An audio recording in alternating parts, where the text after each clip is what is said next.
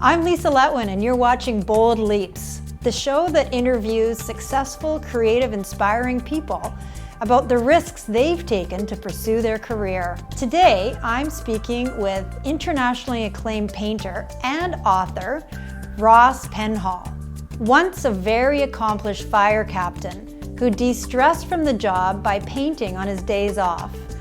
Ross now hits the studio full-time as a prolific painter who hangs his work in prestigious galleries in Vancouver, California, and New York. Oh, and by the way, he recently sold a painting for almost $50,000. Hi, Ross, and welcome to Bold Leaps. Thank you. And thank you for having us into your very eclectic, interesting, magic studio. I call it a bunker.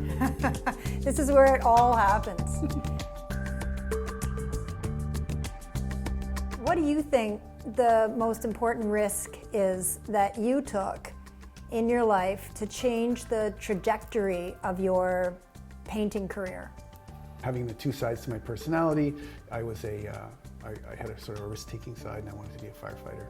I wanted to do my art, but I didn't want to work 5 days a week. And I just knew that I needed the freedom. And at 21, when I joined, I wanted to be an artist of some degree. I didn't quite know what. My wife said, Ross, switch to painting. And off I went and learned not how to paint, but the discipline. And I figured that all out later, how to actually paint, the mechanics of it, how I like to put paint on the canvas.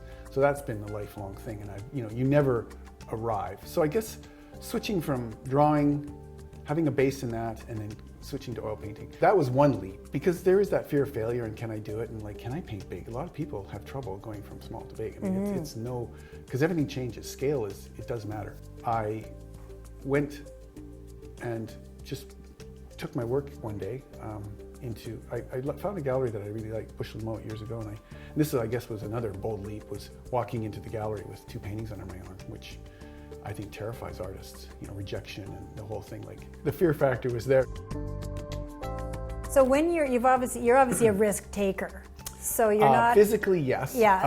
A little more. I'm kind of a chicken in some things. I'm fear of failure. I have it like everybody, but I was very physical, and firefighting is risk taking. When you're taking these risks, because this is the biggest thing that's in the way of people actually pursuing their dreams is fear of taking the risk, fear of failure.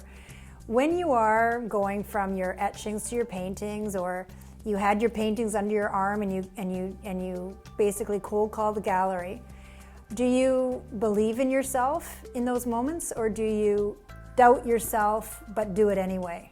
What's sort of going on in those moments? I doubt myself all the time. I do.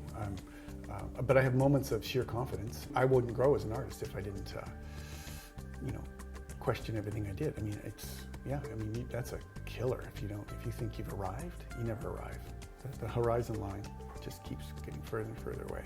You grapple with a lot of fear around your work on a daily basis. And I think most artists, when they're honest, are also terrified every day of so many things.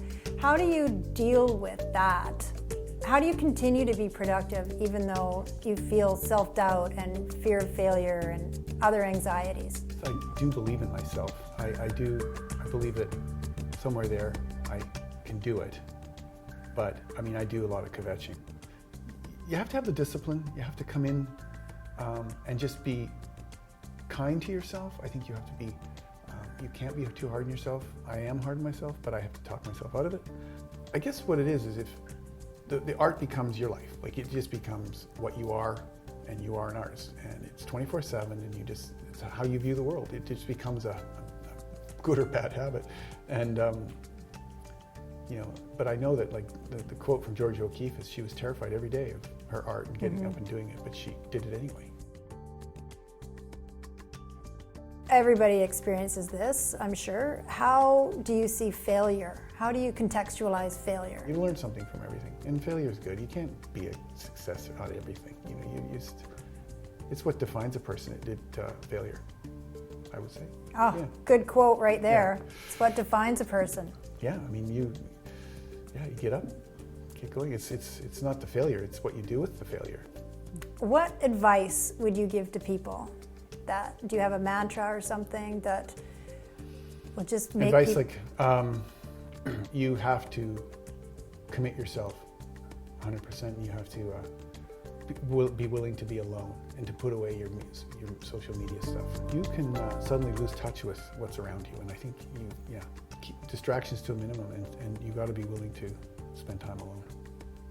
That's great advice. Yeah, it's so true, and it's hard. It's hard being alone. Yeah. Yeah.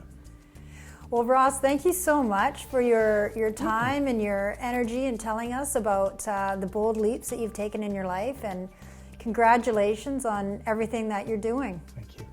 If you'd like more information on Ross, please feel free to go to his website at rosspenhall.com. And if you found this interview interesting or inspiring, please let me know at boldleaps.com. And remember, take a bold leap today, because every step you take toward your dream will change the course of your life.